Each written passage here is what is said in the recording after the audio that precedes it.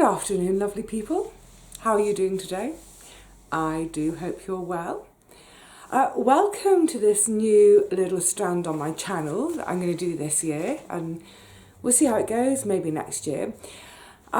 This is a look back on a month-by-month basis of what was going on in my garden this time last year. I've got to say, I've just run through the first, well I say run through, taken ages, run through the first kind of look at of the videos to decide on which clips to bring to you today. And I've loved it because it's amazing how much we forget in just the space of 1 year. Now, I'm always advocating take photographs of your garden, weekly, monthly, whatever it is, because there's nothing better as an incentive to do the work than to see where you were last year, when maybe the garden was a shambles. I think it's a great learning tool to keep photos and notes, what have you. And for me, well, I think I learned a lot throughout 2020, more of that in a separate video when I come to the end of the month and do my thoughts on. But yeah, I definitely learned a load. I'd already got things in my mind, but just having this little refresher look back, wow, I'd forgotten so much. And it girds me for a whole another year to come to think. I won't say too much because I'm going to round things up at the end of the month. So here we are, this is January 2020, still working on getting the date right in my head. And the very first thing that happened on my allotment seems like such a distant memory now, because it involved the community, all of us being together in close proximity, having a whale of a time together. This was the 5th of January when we all gathered around our communal fruit trees to wassail them. I've got to say, we were pretty darn rubbish at the singing, but you know what? It didn't matter. It didn't matter at all, because we all had such a joyous time. I've loved looking back at this and reliving it. So here we go. I'm going to hand over to, I think, Vivi and Kay, sampling the plot made cider. So we're in the community shed. I'm so excited. Kay, that's me. Show us what you've made. Right, so we've made our own cider. So, if you remember back in October, it was that day when everyone was getting cuts and we had our apple day. And what happened on apple day? We juiced an awful lot of apple juice. So basically it meant someone went up the ladder, because the tree's big and all the apples at the top. People went up the ladder, yeah, brought the apples down. Yeah. Someone was on washing duty. Yeah, so we had someone on washing duty, someone on crushing duty, and someone on pressing duty. So chopping the apples up a bit first. Oh yes, we did chop them up a little bit first, just to put them through the muller. Pick, wash, chop, crush, press, juice. Juice! Yeah, actually, is this juice or is this cider? Well, now it's cider, but it started as juice. So on the day, folk were welcome to take juice. People brought this, you know, the 5, is it 5? Well, they just brought their own container. Yeah. To take, hey Joy, to take some juice home, and then what was left was, what did you add to it? So we added some brewer's yeast and some brewer's sugar. And then it was put in its little bucket home for It was put for a time into one of these. Yeah. Yeah, and then I think it was about 5 or 6 weeks, and then it was ready for bottling. And it's been sitting in its bottles now for probably 2 months. So, and we think it's now ready. Is it ready? So I think we should go outside. I think just in case we have an explosion. In the background, that's one of our other plotters, by the way, on the accordion. So let's go outside, just in case we accidentally blow the roof off, because it's not been long that we've had our community shed built. We don't want to destroy it before it's even been properly Yeah, and we don't really know whether we've got a dud or a success. So let's. Do we know that it's alcoholic though? Well, it should be according to all of the measurements and things that we did. It's got to be, hasn't it? Yeah. So if it's got a fizz, I'd say yes. If it hasn't got a fizz, then I'd say probably not. Let's go and try it. Yep. Okay, are you ready, Kay? I'm ready. Go for it. Oh, good sound. Fantastic. Yes, we've got fizz. Go on, have a little slog. Hang on, let's just wait for that sediment to go past.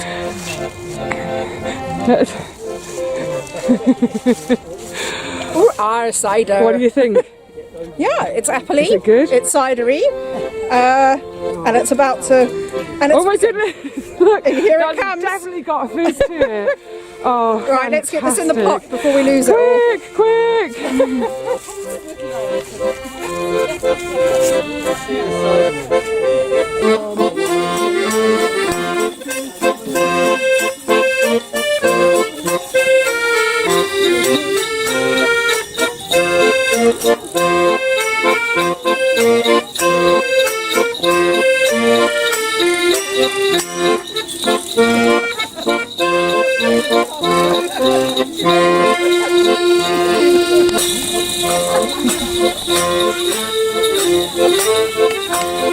So everyone's just going around now, pouring a bit on all of our gorgeous fruit trees as we go.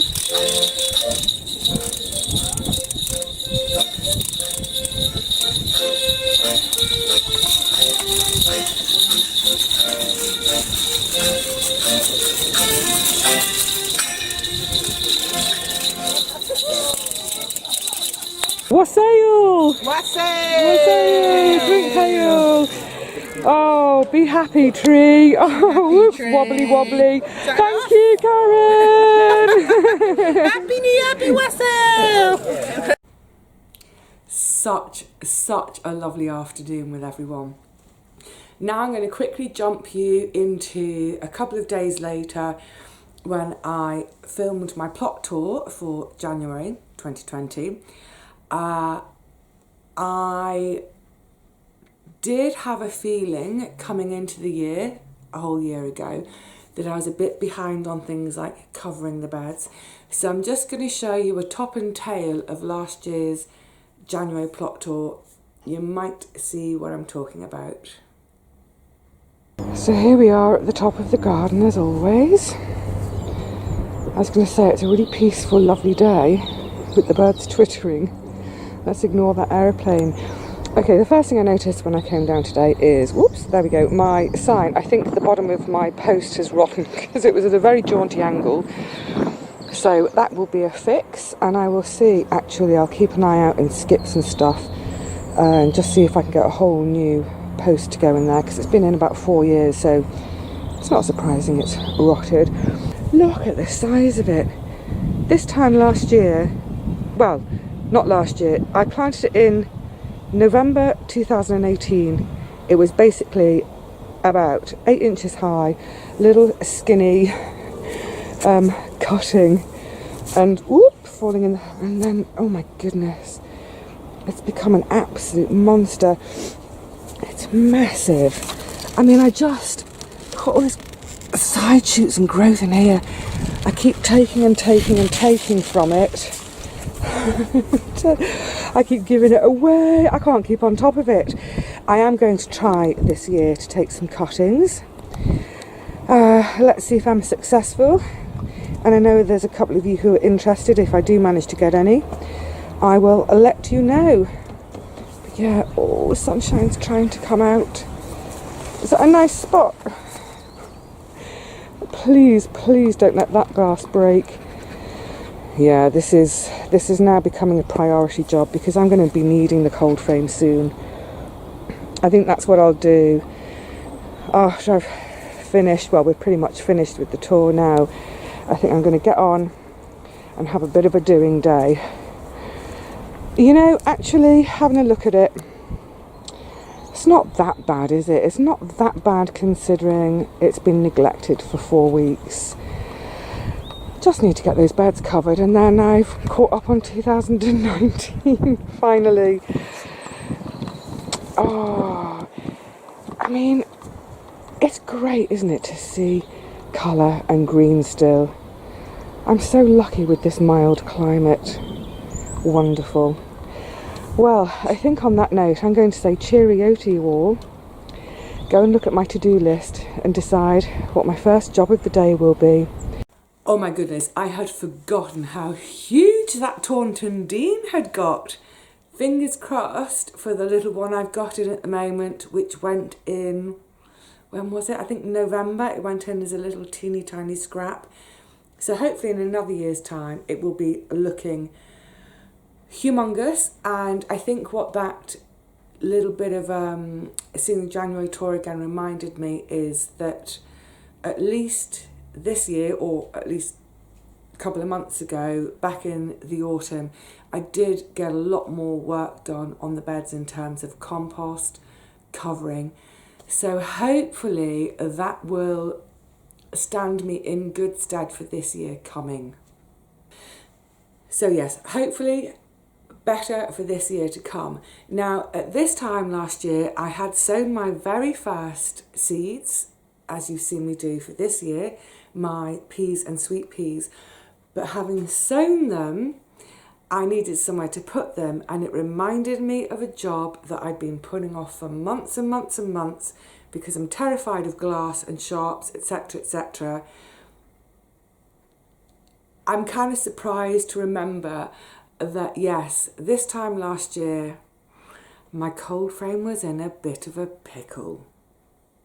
Okay, so here is my little problem area that I've been ignoring for months on end. Can you make out all along here, all here, through here? I've still got tons of glass sitting around. Basically, there was a day last summer, oh dear, there was a day last summer, I hadn't even opened it. I literally, can you see this handle along here? Oh, here's the handle that fell off, the broken one. Use these little handles just to sort of slide it backwards and forwards. I literally, like that, touched the handle and the whole thing just shattered, absolutely shattered everywhere. There's still, believe it or not, over there are a couple of sets of trays of cells with that had some brassicas in for pricking out. I didn't even touch those, it's full of glass. Oh. As you can imagine, I'm a bit wary about touching it full stop. Since that shatter moment happened, I've barely touched any of the windows for fear, oh, horrid noise, for fear of them, any of the others going. Now, all of this stuff costs a lot of money. So of course it makes sense to look after it, to make it last as long as possible. So I think in terms of storing it until I get the cold frame sorted, I think I might see if I can squeeze it in behind the shed. Oh, I don't want to lean on it. Yeah, maybe I can get it squeezed in behind the shed and then maybe cover it with, I've got a load of spare bin liners, just to give it, I don't know, maybe I'm being too fussy about protecting it, because let's face it, they could be out all winter, couldn't they, on the soil in the garden. So, oh, here comes the rain. Now, I think I've got a couple of problems to solve. One, getting the glass out, and two, getting the new pane in, and I mustn't forget to measure up for it today. Ideally, what I'd like to be able to do is just scoot it all through this sort of runner that it sits in, and scoot it out into the end, but of course this is in the way. I'm looking, I can see where all the screws are. I think I'm going to ultimately have to take take it apart on the end here in order to slide the new piece in, but, oh, that's quite bent. But until then, I'm wondering about just trying to pick it out. The good thing, of course, with this type of glass, this toughened glass, is you don't get nasty, long, sharp shards. It's just these little knobs of glass that go everywhere. I've got my gloves on, but it's not really sharp. I'm going to pay attention, of course. But in terms of disposal of it, I know that my council will not take broken glass in the recycling. So I think what I'm going to have to do is just wrap it up in a bit of newspaper tightly and put it out with the normal rubbish.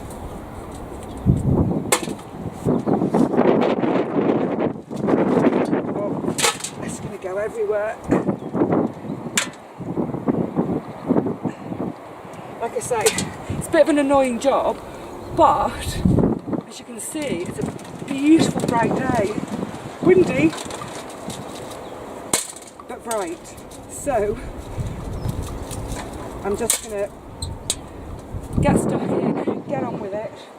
I've got a feeling it might take me an hour, and to look after my back, because I am bent at a funny angle, I think I might just bring my little stool out to do it. Yeah, that's what I'll do. Let's go and get that stool.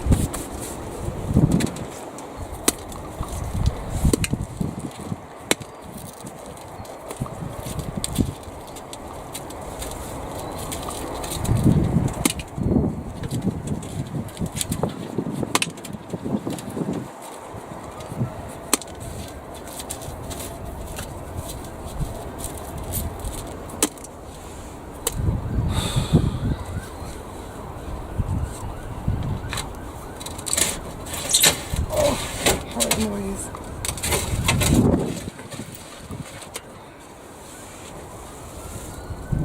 Oh, good grief. Oh, slime bags as well.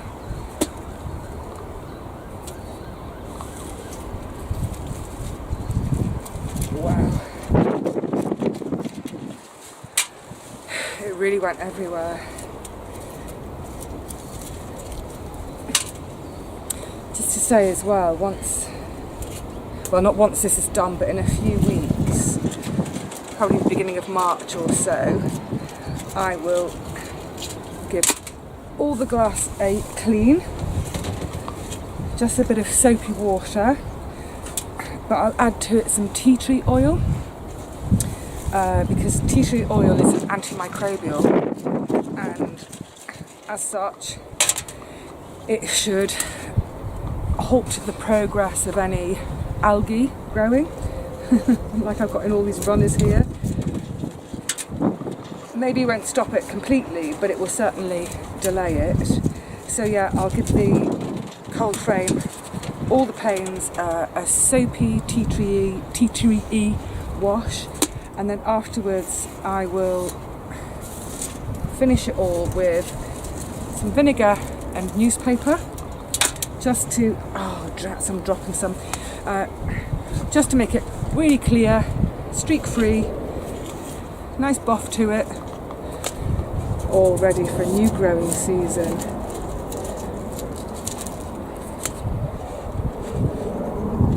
Is that everything out of there?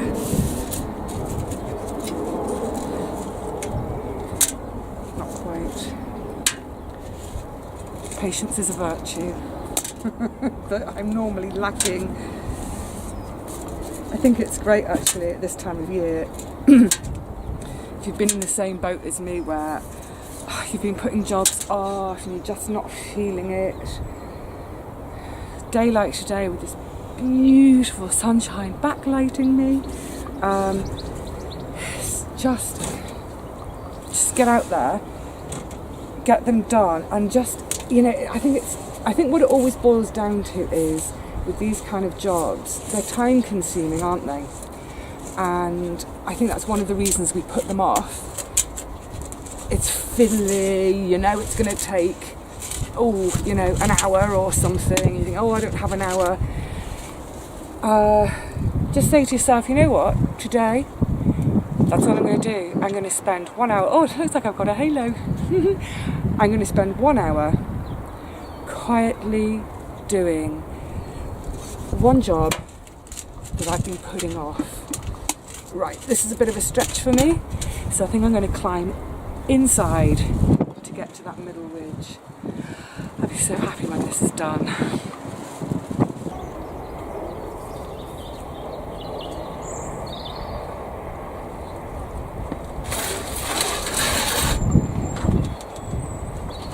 Oh, it feels fabulous. First seeds of the year. So it's great to get all the glass cleared from the cold frame, and at the same time I was able to measure up to order some new perspex rather than glass to fix it, but that was in the coming weeks that happened. January last year was incredibly wet, so most of the time that I went to the garden in January, I was in the shed and looking for jobs to do in the shed. And there was one that I could get on with on this occasion, which was, again, it was another one of those outstanding jobs. Was I frustrated about the rain? Yes. Was I able to vent my frustration? Have a look. The plan to tackle this morning is, and I have got 1, 2, 3, 4, 5, 6, 7 of these bags. This is the lentils I harvested back in, I think it was the end of August. So if you remember at the time, I'm going to try and show you this now. I just pulled them out, sort of, this was their roots. I just tried to pull the whole plant up like this. The idea then was to just leave them in the bags to dry, so that at some point I could try, I've just lost one, I heard it tinkle onto the floor, threshing and winnowing. So what I'm hoping is that, well, I was rather hoping that some of them might pop open on their own. Doesn't look like it, maybe one, but I'm going to have a quick go at threshing these. So the idea with threshing and winnowing, for anyone who's not heard of it before or not seen it, is for any crops where, for instance, the lentils, you've got this little teeny tiny lentil. Let me just show you on this one. It's so small. You see that? That teeny tiny lentil contained within that pod. If I was to try and pick all of them out by hand, I have a feeling that's what it may still boil down to, it would take forever. So the idea with the threshing is to basically bash the goodies out of their pods. That's the threshing part. And then the winnowing is to sort, literally, well, not in this case, but the wheat from the chaff. So the goodies contained within the lentils should be heavier than the pods. So the idea is, let's pop those there for a second, is that once they've all had their bashing and released from their pods, you're then going to end up with the lentils and their pod detritus, the husky bits, is to have them all on a beautiful big winnowing tray, basket, and to give them a flick them into the air on a windy day. And the idea is that the wind blows away the chaff, the pods, the husky bits, and the heavier lentils fall back into the basket. That's the theory. So 2 things. Oh, it really is chucking down. I really wanted to do this outside. Firstly, I don't have a basket or whatever to winnow with. I could do it on a tray, maybe. I just don't trust this weather at the moment. I've got a feeling the wind will be so strong it'll just blow everything off. So first of all, what I'm going to try and do is thresh them, and I'm just going to use one of my old sort of cotton shopping bags. I guess you could use a pillowcase or some such. So the whole bunch inside the bag. I'm going to try and whack it on the side of my potting bench. I might just move you so you can see what I'm doing. I'll try and move you. I might stand you slightly outside, but under the cover of the of my little overhang of the shed. Put your wellies on just in case. Right then, here goes. I do feel a little bit odd doing this, but let's see what happens.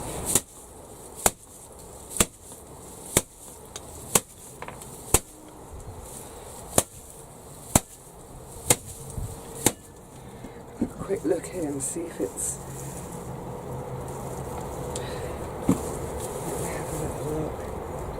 Oh, let me give you a close-up so you can see what I'm seeing. Right, sorry if this is going to be a bit wobbly. My hands have suddenly got really freezing cold. Okay, so there's the lentils. Obviously there's still a load on. You can see there's loads on there, but can I show you? Sorry, it's a bit hard one-handed. Wait for it.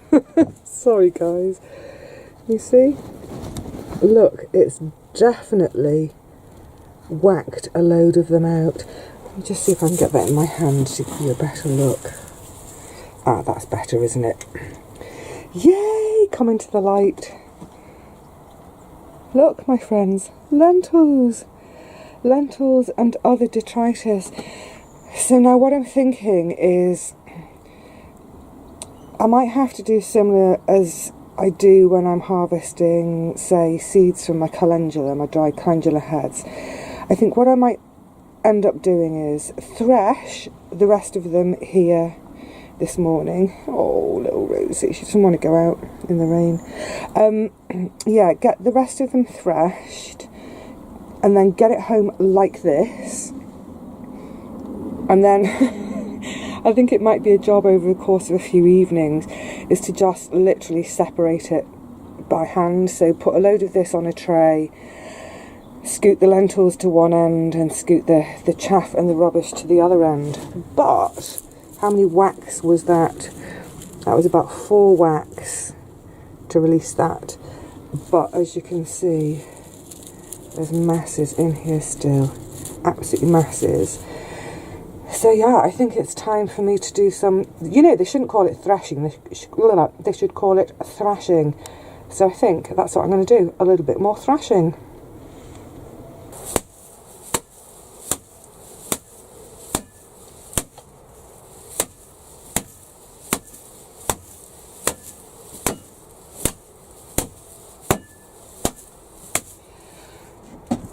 No one can accuse me of not knowing how to have fun on a rainy day.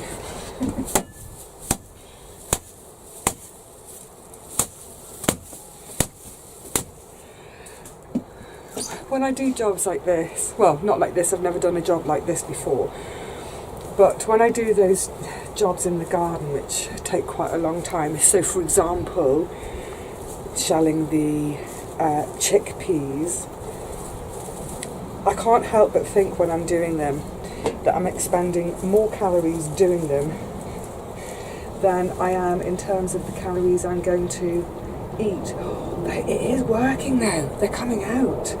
That's a load of them. Oh man, is this going to take... When I was saying about taking these home to sort the wheat from the chaff, as it were, I think I'm going to actually end up taking home the entire sort of bunch of plant. It looks like some of them are just going to cling and cling and cling to it. So I don't want to miss a single one.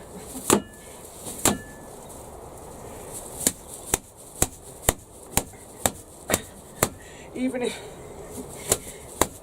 it does mean more calories spent getting them out than they are worth. But that's okay, because I can get worked up to a sweat and maybe burn off some of those Christmas calories with all the various treats I had. Is it doing it? Is it doing it? Actually, I don't think you can tell from there. That's, let me give you the normal side. So that's the bunch that I'm whacking, but can you see how hopefully you can get a sense of, oh, that little fight then, that little hiss, that was the white cat that pounced on the mouse chasing Rosie off. Don't chase Rosie off. Anyway, yeah, what I was trying to say is, you can see how the weight in the corner of this bag, this is all the lentils I'm getting. That's the plants. Right. It's going to take me 2 hours, isn't it? What else am I going to do when it's tipping down with rain? I did get a lovely harvest from those lentils. Not huge, but they hadn't really taken up any space in the garden, so I was happy to have them. What I did decide though was, as ground cover plants, gorgeous, bit of harvest, great, but really for me and my time, they're not worth it. You know, every minute of every day is precious. I'm always drawn in a million directions. So to spend hours and hours and hours getting a lentil harvest when I can buy a bag for 45p, yeah, I decided it wasn't worth it. But I'm so glad I tried. Anyway, this rain in January, I'm just kind of looking at my notes. Yeah, it just carried on and carried on and carried on.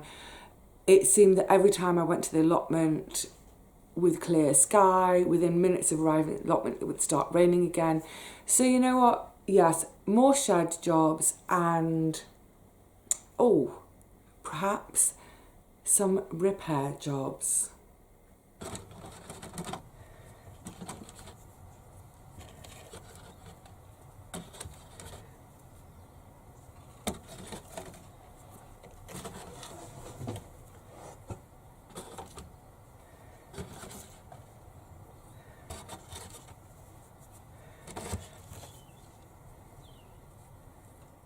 Not sure with that one.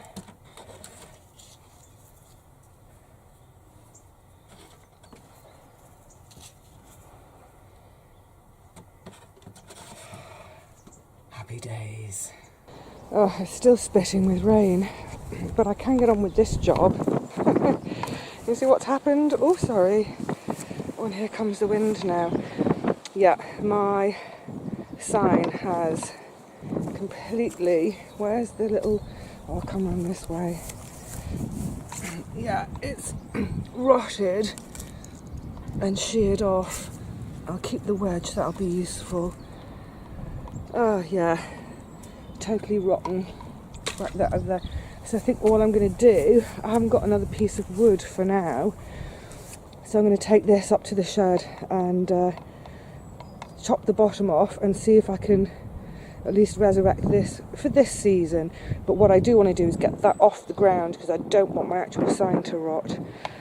Alright, quick sticks, horrid rain. Alright, that much off.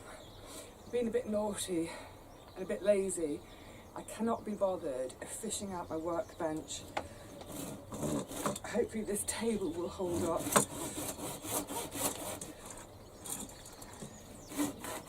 So wet, I don't know whether this is going to work.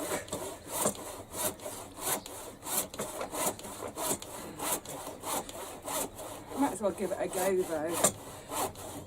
And then in the meantime, exactly what I was saying before about the free cloches, I'll just keep an eye out in skips.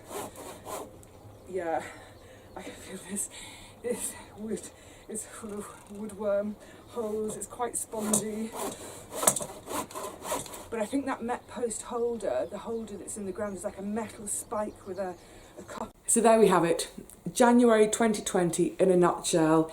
January 2021, well, you know what? In the next couple of days, I'm going to be doing exactly that same job again of repairing my plot number sign. But in fairness, that little repair last year, it wasn't so much a repair as a make it do for now, because I just cut the rotten bit off, but of course that rot was all the way up into the pole.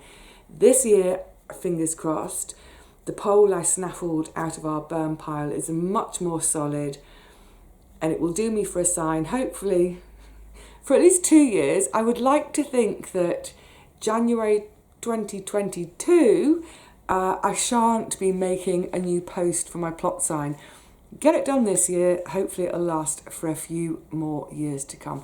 So there we have it. That was January 2020. We're still only like halfway through January 2021. I really enjoyed looking back. The Taunton Dean, my goodness, I'd forgotten how huge it was. And of course, you know, the cold frame is fixed, and when I bought the perspex to replace that frame that got smashed, I bought a couple of spares. So all these things, hopefully, they won't take time in future, so that time can be spent doing something else. The beds, I got a little bit better prepared in October 2020 to come into this January, but I still think there's room for improvement there too. The bottom line is this, it's great to look back, it's great to see where things are better now, or just to think about all these tiny ways I can improve, I can make my time work better for me. I've loved it.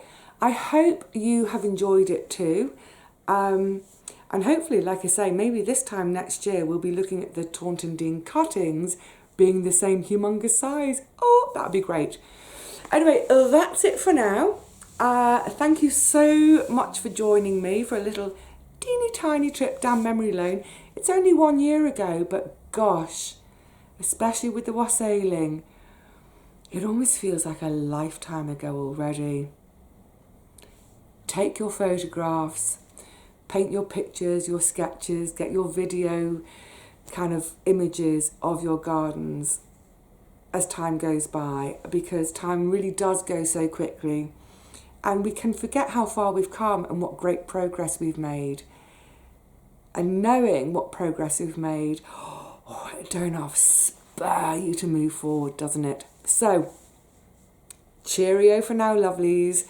Keep moving forward whilst also holding those lovely memories of backward time. I'll see you again really soon, I hope. For now, take care.